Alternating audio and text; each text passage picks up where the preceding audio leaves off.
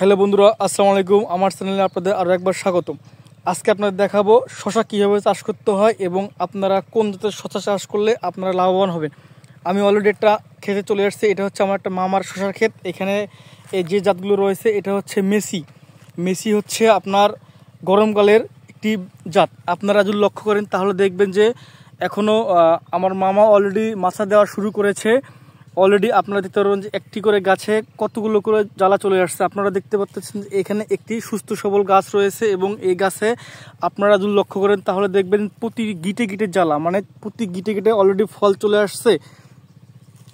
এখন এই রমজান টার্গেট করে আমার মামা শশা লাগাইছে এবং এই শশাতে প্রচুর ফল ধরেছে। অলরেডি মাছা কাজ শুরু হয়েছে এবং মাছা দিচ্ছে।